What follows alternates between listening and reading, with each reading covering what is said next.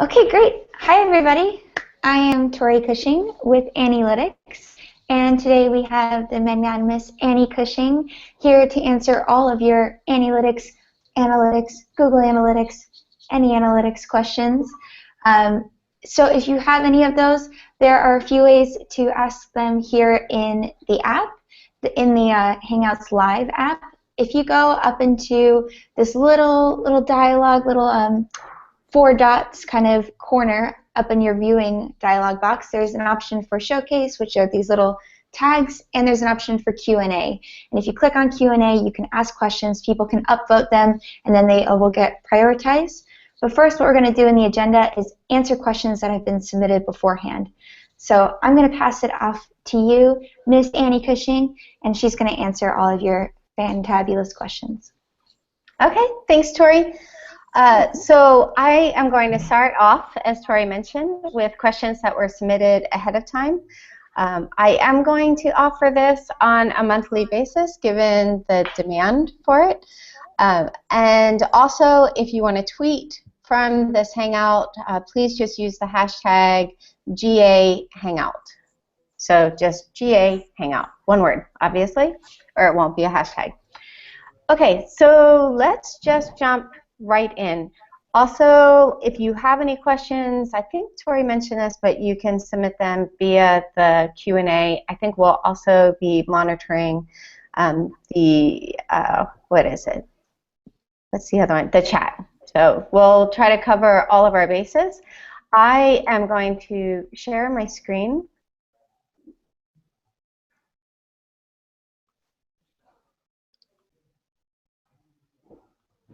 Get out of this, trippy as it might be. Well, it is April 20th.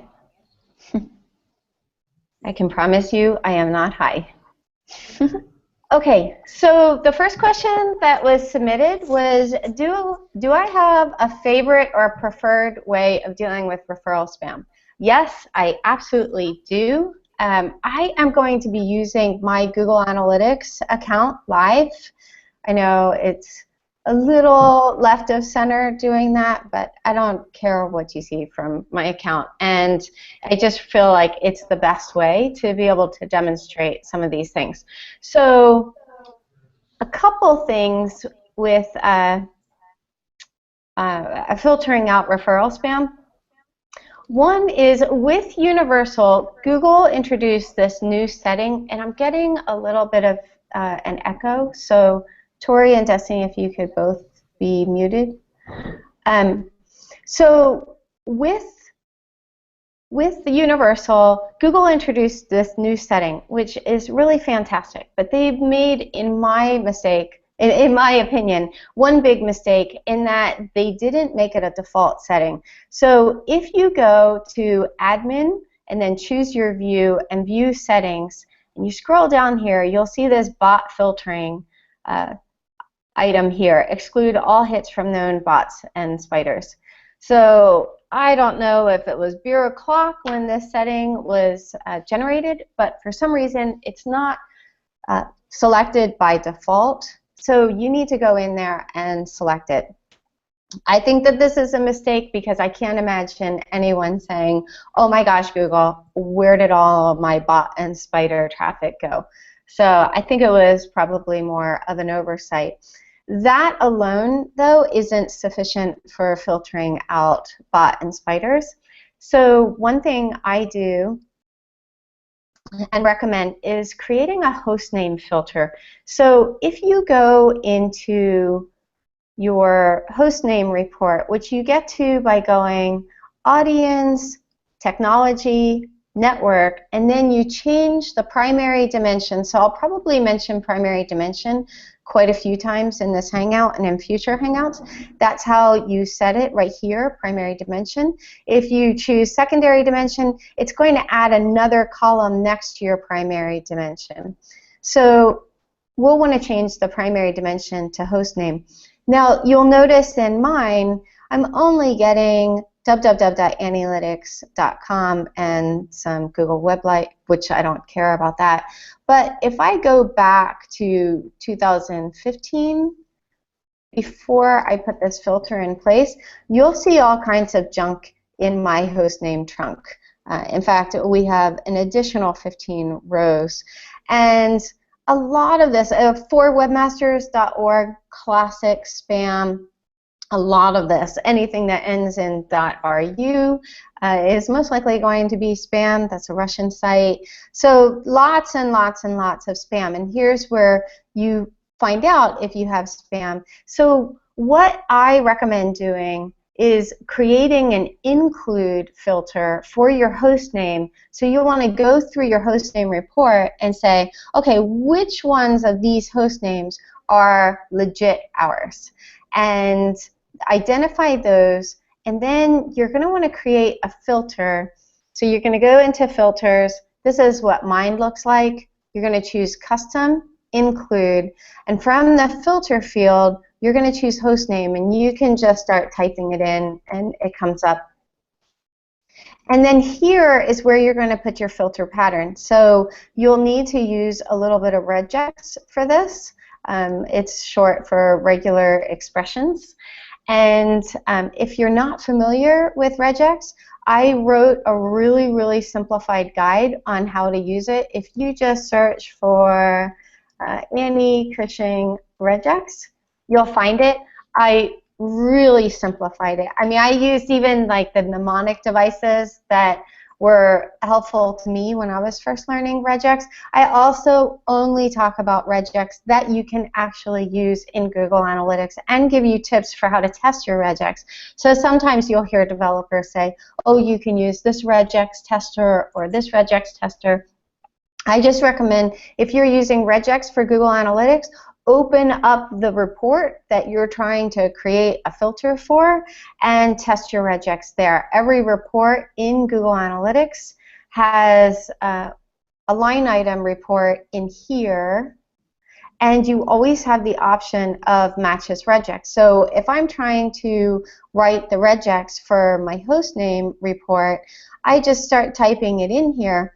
And if it filters out all the junk from the trunk, then I know that I have it correct. Then I just scoop it up from here and paste it into here. So all this is saying is that it could start with www, or it could just start with annielytics.com.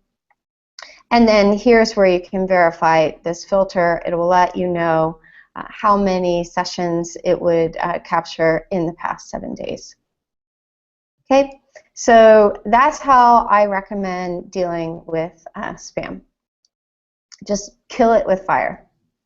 Okay, in your Google Analytics raw view, in our Google Analytics raw view, GA shows our Google AdWords, Yahoo Bing Ads, CPC, Google AdWords traffic in the other folder in the acquisition channels section. So the other folder, let me just say, well, it's not a folder, it's a channel. The other channel, I keep beating this drum, and I will beat this drum to the day I die or Google resolves this issue. But that other channel is Google's junk drawer. So if you find anything in that other channel, you can know that Google's not recognizing your medium. So you've tagged something, Google says, I have no idea what that medium is, so I'm just going to stick it in this other channel, which nobody checks. So they said they are labeled exactly as stated above. Our mediums are CPC. Do I have to state these as paid sources in default channel groupings in another GA view so as not to distort the raw view? Thanks. Okay, so this is a thick and chewy cookie. A few things. So first off, if you are running any kind of paid search campaigns, you should be setting the UTM_medium to CPC. You can also use PPC, and Google has this resource here. I am just going to drop this into, where do I drop it, Tori? The show box, it looks like little tickets. In the showcase? Yeah. Okay. Yeah, showcase. So I'm dropping that in there. So this resource here lets you know how Google defines each of the primary channels in Google Analytics.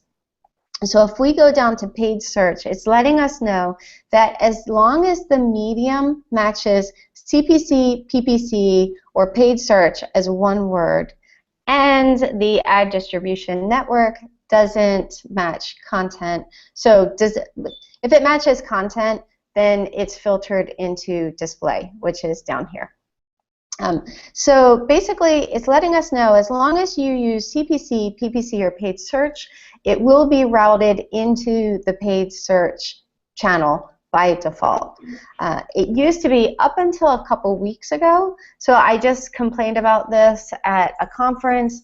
It may be coincidental, but I complained that Google Analytics mediums were case sensitive, which I think was really, really silly. So, for example, with search, if you tagged UTM underscore medium equals social and you made the S capital, or display, you capitalize display, you capitalize CPC, then all of that delicious traffic got routed to the other channel, which is Google's junk drawer.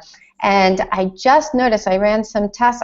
Last week I was doing a Google Analytics audit for a client, and I noticed that they were using capital letters and it was routed to the proper channel. So I did a few tests, and it does appear that these aren't case sensitive anymore. So bravo Google for making that change.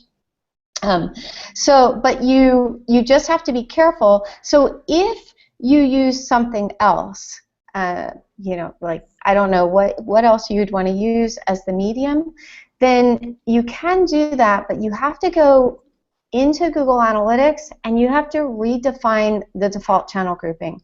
So if you go to channel settings, channel grouping, this is the default channel grouping. Now, I don't recommend jumping right into here unless you really, really know what you're doing. I recommend doing all of your testing in the custom channel groupings option, because then you can create a custom channel grouping, and I have a guide on channel groupings. I'm just going to drop that in here.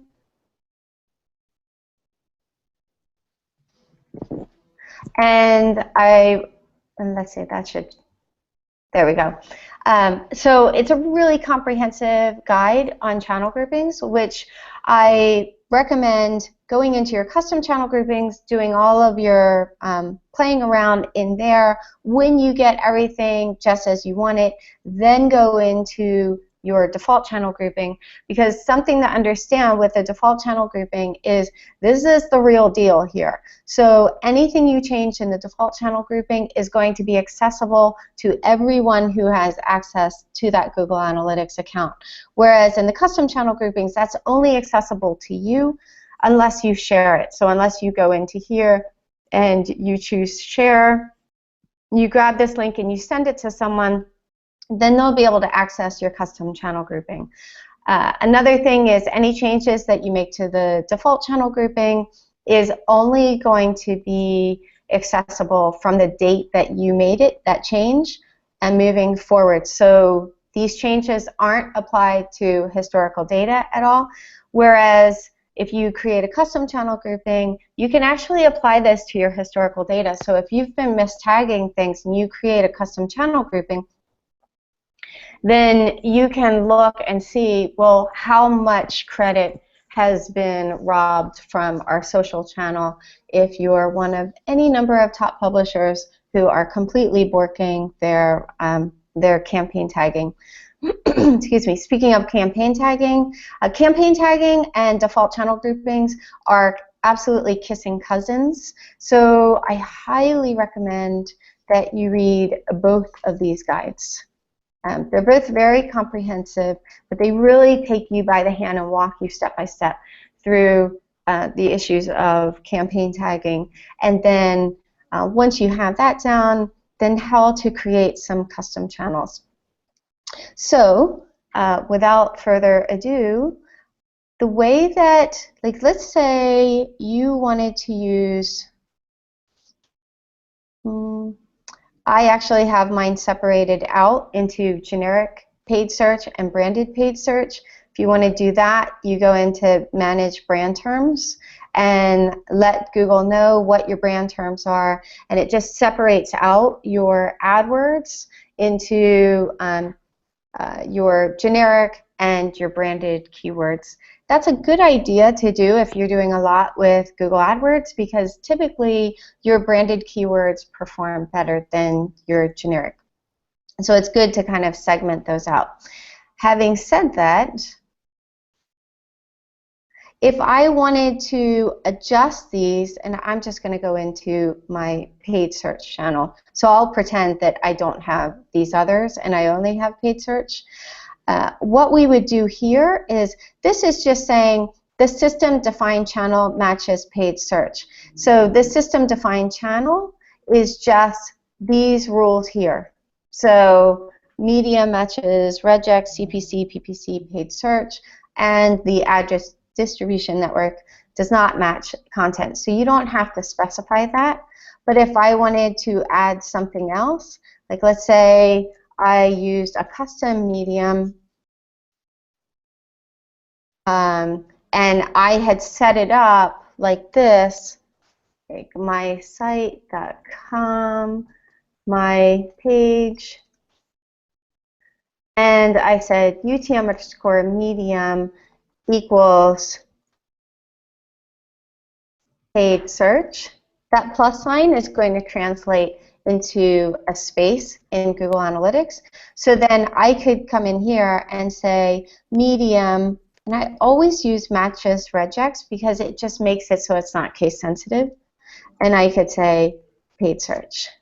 So here's how you can customize that channel. And then, like I said, from this point forward, from April 20th moving forward, anything that's tagged with a medium of paid search will show up in my paid search channel. So let me see if there was anything else in there. So yeah, as long as you're tagging the medium as CPC, then that absolutely should route there. Sometimes if you don't use the UTM_source and campaign, especially source, those two are mandatory, medium and source. Sometimes it will get routed to your other folder because Google is saying, no, these have to come together. So make sure that you're using all three at minimum: medium, source, and also campaign. So technically, even though Google says it's required, it's not actually required. But I mean, that's kind of like having a kid and forgetting to name him or her. So I don't recommend not naming your campaigns. Okay, moving on. Recently, we have discovered that a client is capturing emails with a parameter email. The parameter is actually just email. As this functionality is required with their marketing automation system, Pardo, we have excluded this parameter moving forward, but there is still a lot of data captured from the past with this info. It appears URL rewrites do not affect parameters. However, how would you recommend this type of data is cleared from the account and aligned with the GA terms of service? So a few things here. First of all, rewrites absolutely do affect parameters. In fact, in my Google Analytics audit template, I have a section on URL rewriting, and I love this example from this particular client. I can't pull out this client's account for obvious reasons, but I do have screenshots in here, so I want to show you how this works. So they had a client login option, excuse me, that was causing a ton of duplication in their reports because these logins had something for a single month well over 1,000 line items. So I wanted to kind of clean that up and consolidate it into one line item because they didn't care. There were all kinds of, they have a combination of parameters plus directories and subdirectories. So I had to write some regex that took all of those different possibilities and consolidated it into just /client login /. So I used a search and replace filter, so it's relevant to this particular question. And you'll see here, I'm just going to zoom in a little bit on here. So the way I set up this filter is I just said rewrite login page. It's a custom filter. I used search and replace, and for the filter field, I just used request URI. So the request URI, that's a bit of geek speak. It's just the URL that shows up in your content reports. Technically, it's a URI instead of a URL because you don't have the protocol, so you don't have HTTP or HTTPS, and you don't have the domain unless you have a filter that pulls in hostname. If you don't know what I'm talking about, you can search Annie Cushing hostname filter or just let it roll off like water off a duck's back. So I'm telling Google, look at the request URI dimension and search for this string. And here is a complete look at what this regex looks like. So you can see here with this question mark that this is, I am looking at parameters. So I'm looking at the directory, subdirectory structure, as well as a number of different parameters. And I'm saying, look for any URL that matches this regex and replace it with / client login /. And one really nice thing that I believe Google added with Universal is when you set this up and you run it, so let me close out of this, give myself a little more room. Oops. Okay, I'm going to zoom back out a little bit so you can see it. Okay. So one really nice option is that when you go ahead and you run filter verification, what you'll see is here are all the different URLs that you started with. But here's what's left over. Now, if I had gotten the regex right on the first try, and I'd love to be able to say, I just messed it up for the purpose of the screenshot. No, I just messed it up because there was a lot that I had to identify. And so typically, you'll just find yourself, you know, in a content report. So I just pulled up the all pages report, which I believe is under behavior, content, and all content or something like that. But you'll see the all pages report. And I just kept tweaking the regex and tweaking it until I got everything that I wanted and nothing that I did want. But if I had gotten this correct, I would only have one URL in this column. Though because I have more than one URL in this column, I had to go back and tweak it some more. And then this is what it looked like when I got everything just nailed down. I see that the page that I'm left with is / client login. I think the configuration of this filter verification is a little bit weird. It's a little not too intuitive, but this is what you want it to look like. And yeah, it made me happy enough to kick a car. So that's just to drive home the point that you absolutely can use a URL rewriting filter for parameters. Now, one other option, this is getting a little greasy, so I don't recommend it that much, but if, let's say, you wanted to include that email parameter in your channel definition under email, what you could do is you could go into your email channel. Now in this case, I actually wouldn't recommend using the default channel grouping because that is also just going to impact your data moving forward. You could go into your custom channel grouping and I think I have one that's pretty well configured. So here I could go into email and I could say, well, yeah, medium matches email. I never choose that. That was Google. I always change it to matches regex, so it's not case sensitive. And then I would say, or landing page URL matches, and this is just going to be some regex here. I would, and in fact, let's see, I would say question mark or ampersand, and then email equals. Again, if you don't know what this means, then just check out my guide.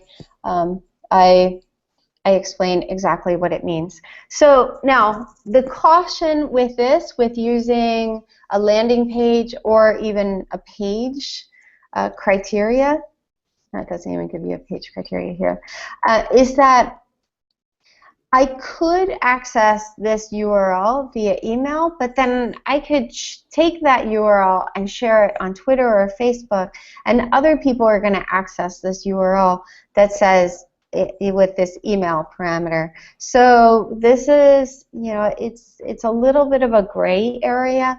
But if you did want to include it in your email and you wanted to apply it to historical data, here's how you would do that. I would click done. Hopefully I'll remember. Dustin, can you remind me to go back and take that out? Then I would go into a report. One other benefit to the custom channel groupings is you can actually apply it to your acquisition reports or your multi-channel funnels report. I should say reports. So your multi-channel funnels reports are these under here and attribution. And if I click on this assisted conversions report, oops, I can choose that default channels with brand generic under here, or if I go to the channels report, which, by the way, if you haven't heard me say 80 bajillion times, it's my favorite report in Google Analytics. I could change from the default channel grouping to any one of my custom channel groupings in here as well. And then I could apply this to historical data, and my email channel is going to include that traffic. So, you know, your mileage may vary, but that is an option you have at your disposal. Okay, what is a simple dashboard I can set up to use across multiple client websites? If you're building out dashboards for clients, I don't necessarily recommend a really simple dashboard. I recommend really customizing your dashboard to each particular client with a focus on what are you doing for that client, because you want to make sure you're getting as much credit as you should be getting in your dashboards. That said, there are some simple dashboards that Google has shared in the solutions gallery, so I'll go ahead and drop a link to that in the showcase. Also, if you're looking at building really simple dashboards, Cyphe, C-Y-F-E, has a great dashboard tool. I mean, it's very simple. Like, you can't apply filters, but you can apply segments. But if you're just looking to build simple dashboards for clients, you can also white label them. So it's, I would say, the simplest option, the least bells and whistles. You're not going to be able to get customized reports at all. If you want to learn how to build out customized dashboards, I have a dashboard course. Just search Annie Cushing dashboard course. And that course teaches you the basics of Google Analytics, the basics of Excel specifically for marketers. Then I introduce you to how to use the Google Analytics API, and then some advanced Excel options that allow you to build out interactive dashboards where the data comes into Excel and it updates automatically each month. So you're not manually going out and collecting data every month. Okay, let's see. What do we need to look out for when linking Search Console and GA? All right, so I am not one to generally hold back opinions, so I'm going to share my opinion on Search Console linking in Google Analytics. I try to be as gracious as possible, but I think it's almost totally bogus. But the way that you set it up is you would go into your property settings and go to all products and go to Search Console. And here's where you would link that up. It walks you through the steps.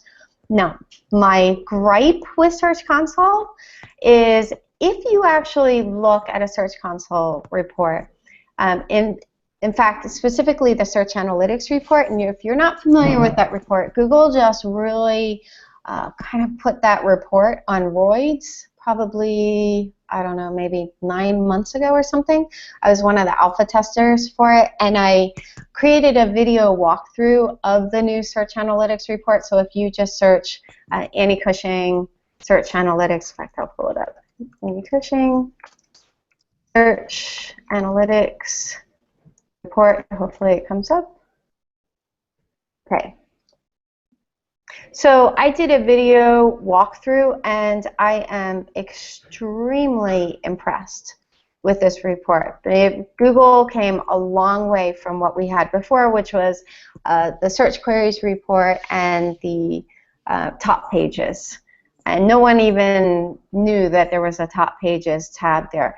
But if you pull up the Search Analytics report, your queries are inextricably linked to your pages. So if you pull up and you drill down on a particular query, then you can see all of the pages on your site that are getting traffic from Google for that particular query. If you see like an even split, like almost a 50-50 split, or a 30-30 whatever split, then that's an indicator that you may have to, you have different pages on your site competing for the same query, which isn't ideal. So you may need to de-optimize one page and dial up your SEO on another page, the page that you want to be consistently ranking. But it's a really, really powerful report. I won't, because this is kind of outside the scope of Google Analytics, I don't want to give a demo, though I am extremely tempted because I just love the report. But what happened when it was pulled into Google Analytics, so I'll just go down to acquisition, search engine optimization, queries, that connection between the query and the landing page has been severed. So you just don't see, you can see just a static list of queries that drive impressions and clicks and your average position and stuff like that. And if that's all you care about, great. But I would encourage you to care about more. I think that this stops short of what we really want. And you would think like, oh, well, maybe I can get it in a secondary dimension and then kind of clean it up in Google Sheets or Excel. But the only second dimension you have access to is country. Super bogus. So I am just not a big fan of this whole thing, because I think without that connection you lose a tremendous amount of insight. So if you want to see your queries and landing pages, I highly recommend getting that from your Search Analytics report inside of Search Console. But if you do care about it, that's how you set it up. Go into all products. Okay. All right. Next question. Wondered if you had any general advice or suggestions on GA and Angular websites. I've set up event tracking, firing, virtual page views, but I can see /tell is not tracking 100% correctly. Ran into similar issues with Crazy Egg, just looking for any advice on Angular sites.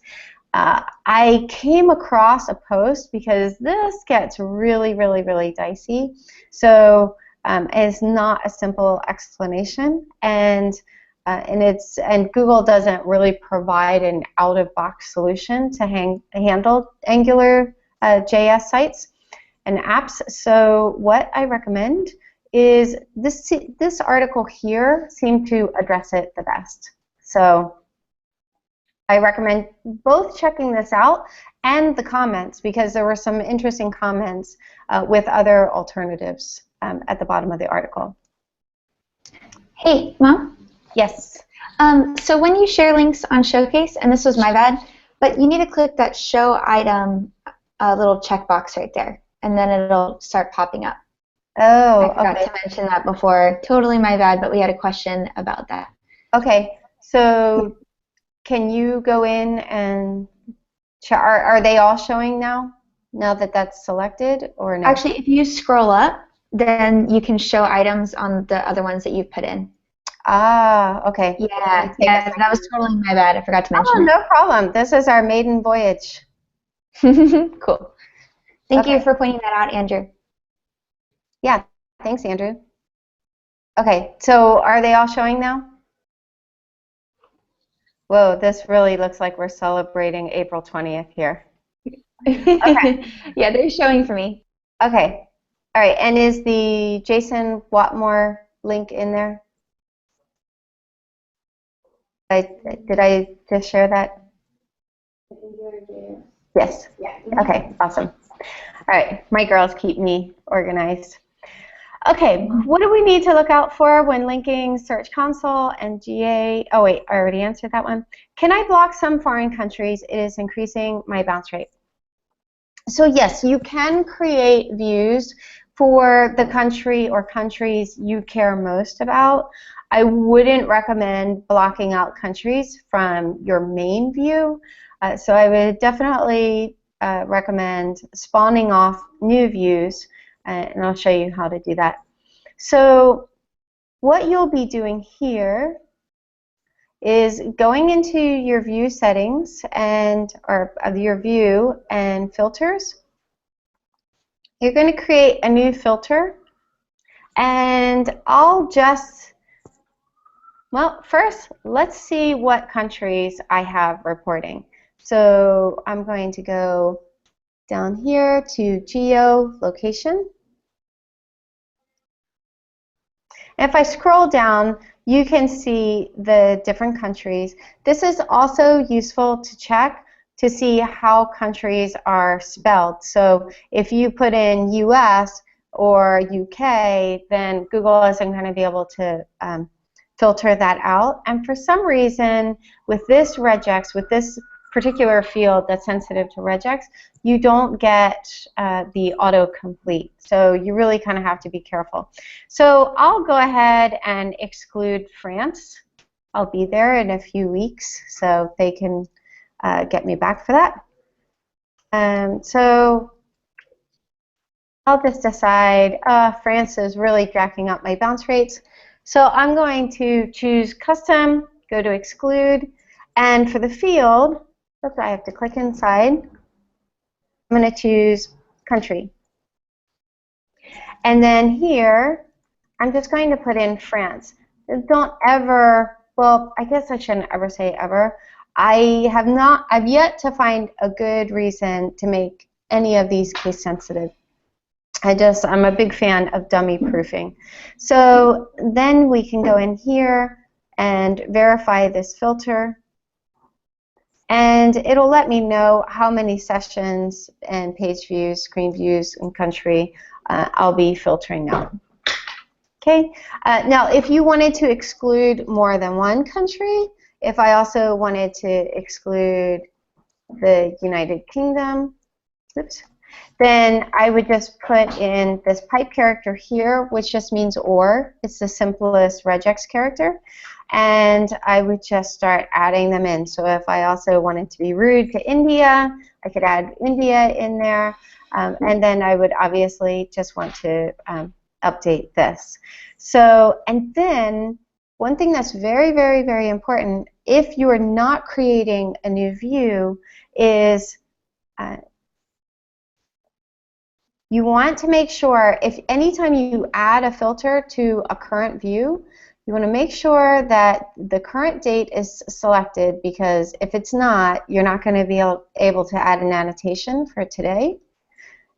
This frustrates a lot of people. Then you can just go into any report where we have a timeline like this and add an annotation. So I'm going to create an annotation that says excluded France, UK, and India. And you always want to make these shared so other people can see them. And then I would just click save. And you can at any point see all of your saved annotations by going to your view area under admin and choose annotations. So here's where you can see all of your annotations. If you're creating a new view, so you'll see this option here to create new view. I almost never recommend creating a new view using this option. The reason is you start everything from scratch. You have to create your goals all over, your filters, if you have any filters. I mean, everything that you've done, any settings that you've applied. So if you filtered out bot traffic, if you set up your site search, all of these different things, you have to go in and tediously go through and set up all of these settings and filters again. So what I recommend instead is choose a view you've already been working with, copy that view, rename it, then go into your filters. I'm not going to actually do this, but go into your filters and delete the ones that you don't need and add any new filters that you do need. That way also, if your site is set up for e-commerce or anything like that, all of that is set up. The one thing you still will need to do anytime you create a new filter is you're going to have to relink your AdWords. AdWords, AdSense, all of these. I'm not sure about Search Console. I don't remember. I tested all of this, and I don't remember if that came through, but I would, at minimum, double check it. Now, let's see, okay, so that's how you would do that. What's the best, easiest way to track outgoing links to specific websites, like a restaurant who wants to track links to OpenTable but can't track within the OpenTable widget? You're going to need to use event tracking for this, and I highly recommend using Google Tag Manager, because if you only want to track certain outbound links, you don't want to track all of your outbound links, Google Tag Manager makes that very, very easy by defining your trigger, and that's outside the scope of this particular Hangout, but you define your trigger and set it up that way. And then that way you also don't have to go into every single link on your website and add the JavaScript snippet. All right, what's the difference in reporting capabilities of Universal versus Classic? Google Analytics, our team just switched to Universal. Good job. I wanted to know if there's any amazing bells and whistles of Universal that Classic didn't have.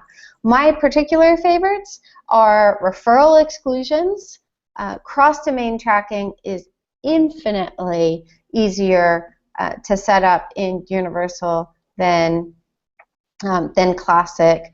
And enhanced e-commerce, I can't say enough about that. If you're running Universal and you aren't using enhanced e-commerce and you are an e-commerce site, I recommend today going and setting that up. You just add that snippet in lieu of the regular Google Analytics. It's called a plugin.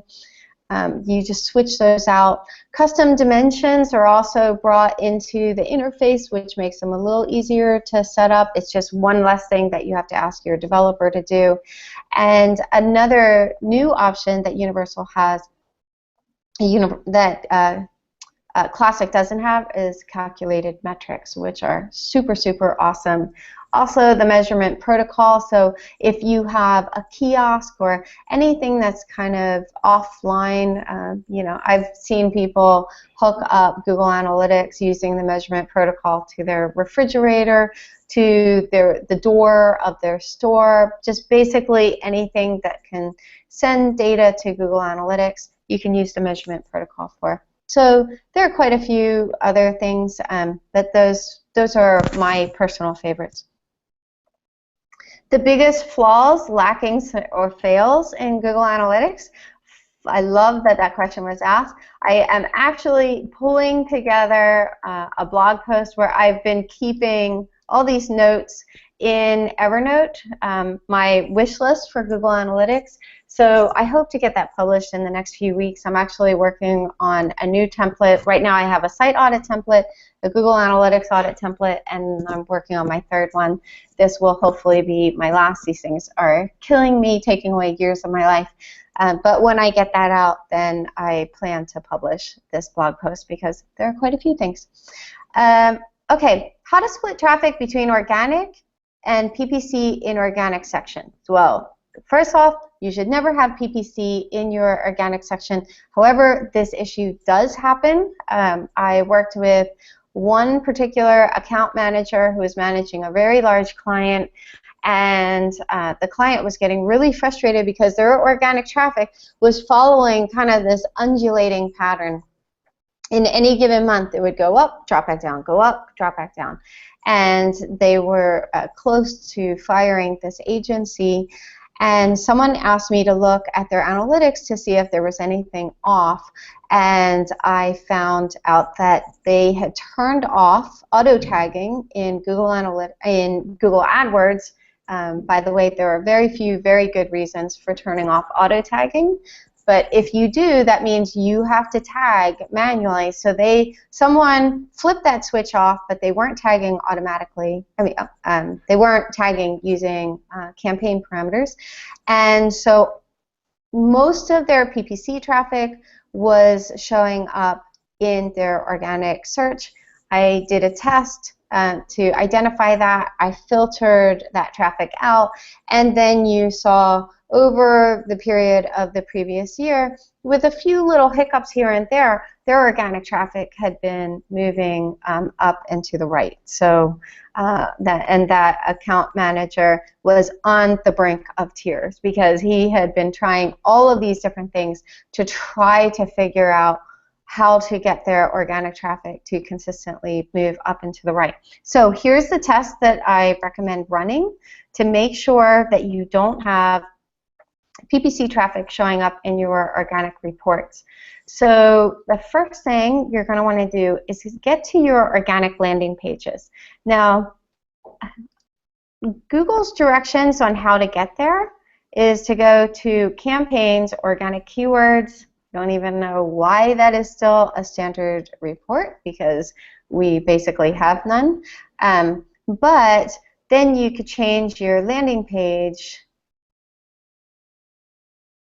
Change your primary dimension to landing page, and now you'll see your organic landing pages. Now, I purposely pulled in all of my traffic from 2015 because I wanted to show you that by going this route, you're going to hit sampling. So you hit sampling at 250,000 sessions.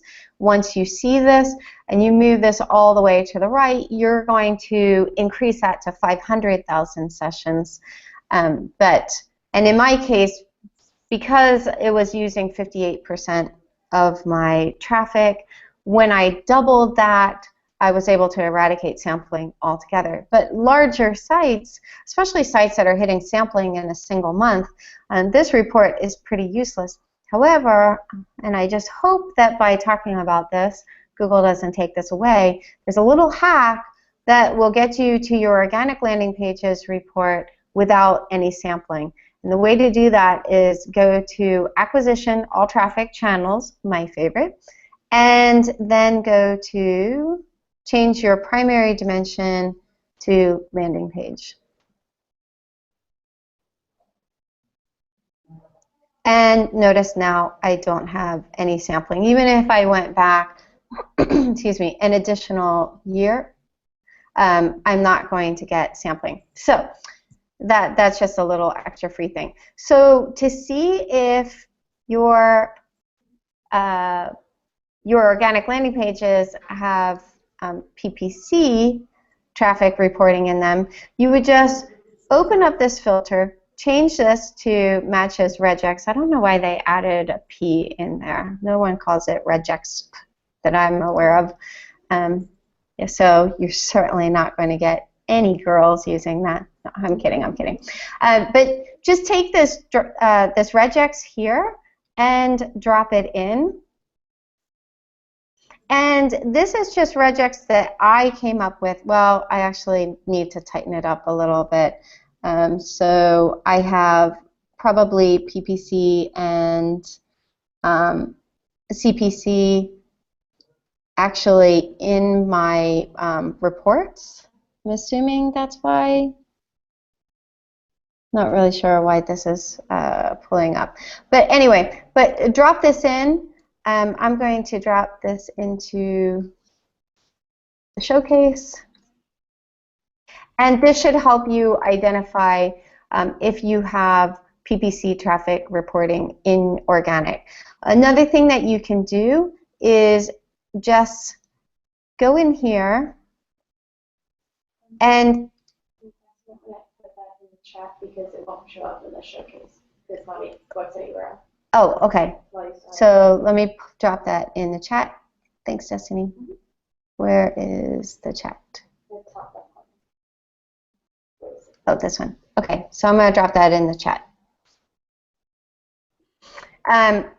If you want to see all of your query parameters to see if there's anything else, any other funky monkey query parameters in your organic traffic report, just drop an equal sign in there. Just landing page contains equal, and look for any kind of parameters that seem like they might be kind of PP-esque, okay, or PPC-esque, I should say.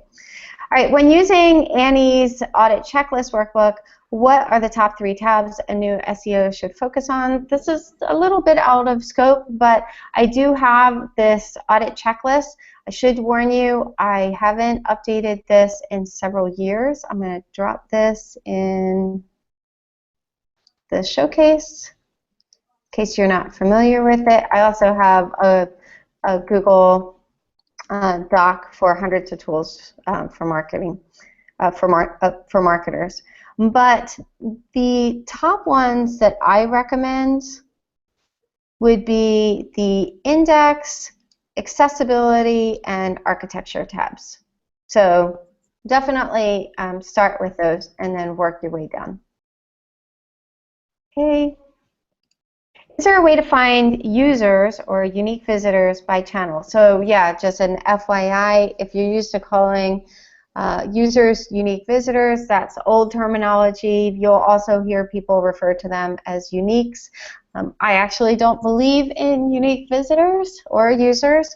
If you want to read my blog post, that is probably the closest thing I've come to a rant in my blog. Just search for Annie Cushing user metrics, yes. And actually, I'll just go ahead and drop that in. So I think the idea of a unique visitor is an incredibly outdated concept. I don't know why it's not letting me add this Google Doc link.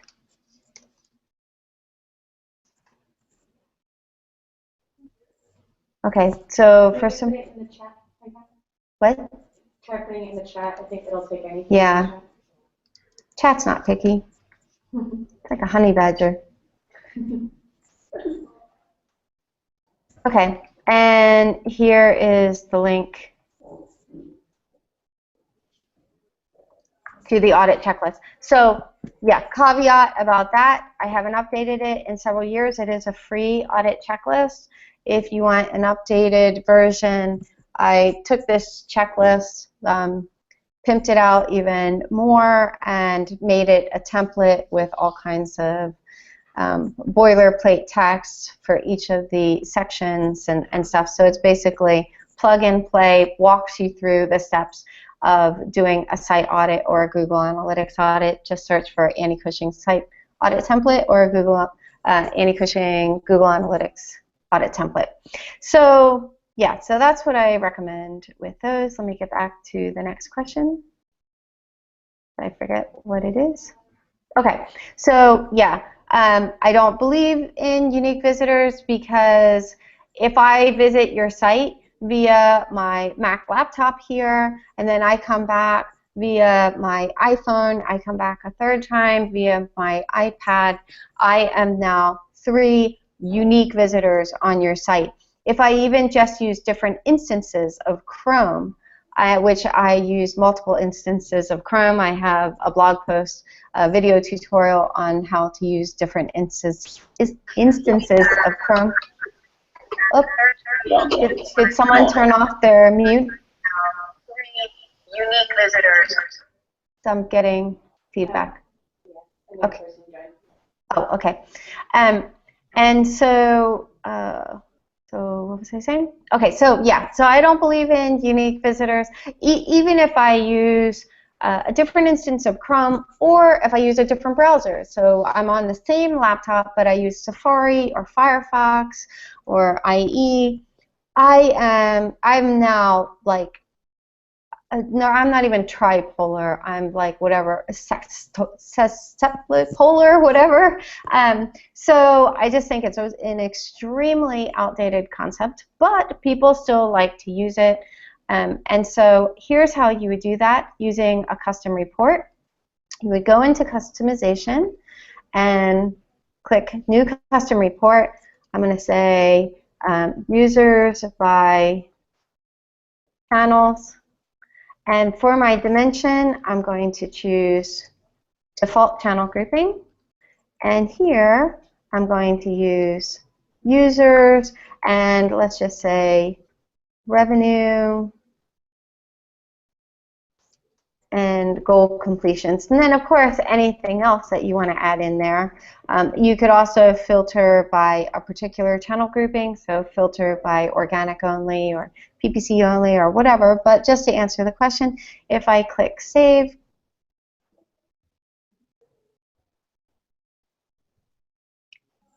now here we go. So here are my users broken down by channel groupings.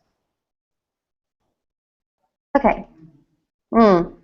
If you'd like to do a cohort analysis in Google Analytics only with segments without the GA report cohort analysis, which if you're curious, a cohort analysis report is found under, go to reporting, audience, cohort analysis. So they're asking if I wanted to do cohort analysis with segments only, what segments would I create and which reports within GA would you look at? So this really comes down to what's important to you. So when you're talking about using segments, you have quite a few options. So I'm going to choose new segment. You have some options here with demographics. This is something that has to be enabled in Google Analytics. I enabled it because I run AdWords on my site from time to time. This is using third-party data, so this is not gospel truth. If I wanted to create a cohort for my 18 to 24-year-olds, my 25 to 34-year-olds, my 35 to 44-year-olds, et cetera, I could create an individual segment for each of those. So Google Analytics cohorts, the cohort report, which is still in beta, I believe, the only cohort option you have is when someone became a new visitor to your site, so when you acquired them. So if you have a site like mine where people tend to come back over and over, that's going to be a little limited.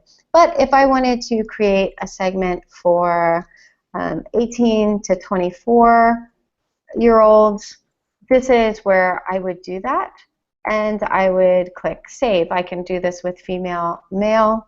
I can do this with language, any number of options. I could create cohorts for different operating systems. The one thing you want to keep in mind, though, is that you generally don't want to create a cohort that is unique to a particular session. So I actually wouldn't recommend this because cohorts are by default user based. So you could do something like transactions per user, something like that. I mean, just basically whatever it is that you care about. You would just create these individual segments. So let's say I create this 18 to 24-year-old. And now that's going to be a segment that I can use. And I can apply this to any report in Google Analytics. And then I could create a segment for each of those other age groups. You know, so that's how you would do cohort analysis outside of the cohort report. All right. Okay, so that answers all of the, or hopefully answers all of the questions that were submitted ahead of time. And this also brings us to the end of our hour. So what I am going to do is take any questions that were submitted during the Q&A and prioritize those for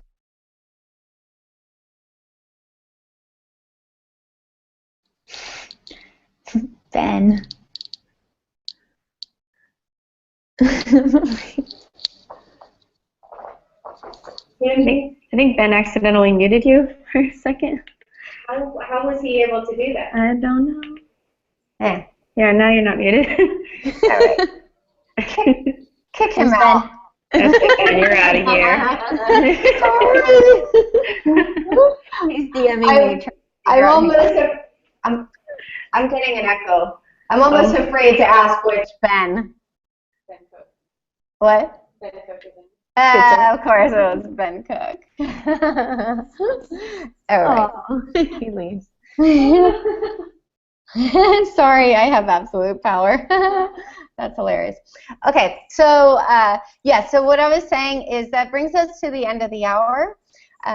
Any questions that were submitted in the Q&A, we'll give first precedence to in the next Hangout, which I believe, Tori, did I tell you May 18th? I believe it's May 18th at 2 p.m. Yes, at 2 p.m. Yes. Yeah, so I'm going to do these on a monthly basis. If there's a demand for more, then I'll consider doing them more frequently. But it's been a pleasure to have you guys. Please join us for the next Hangout. I'm also going to be posting these videos on the site, so if you missed the Hangout, this is just way too trippy to look at.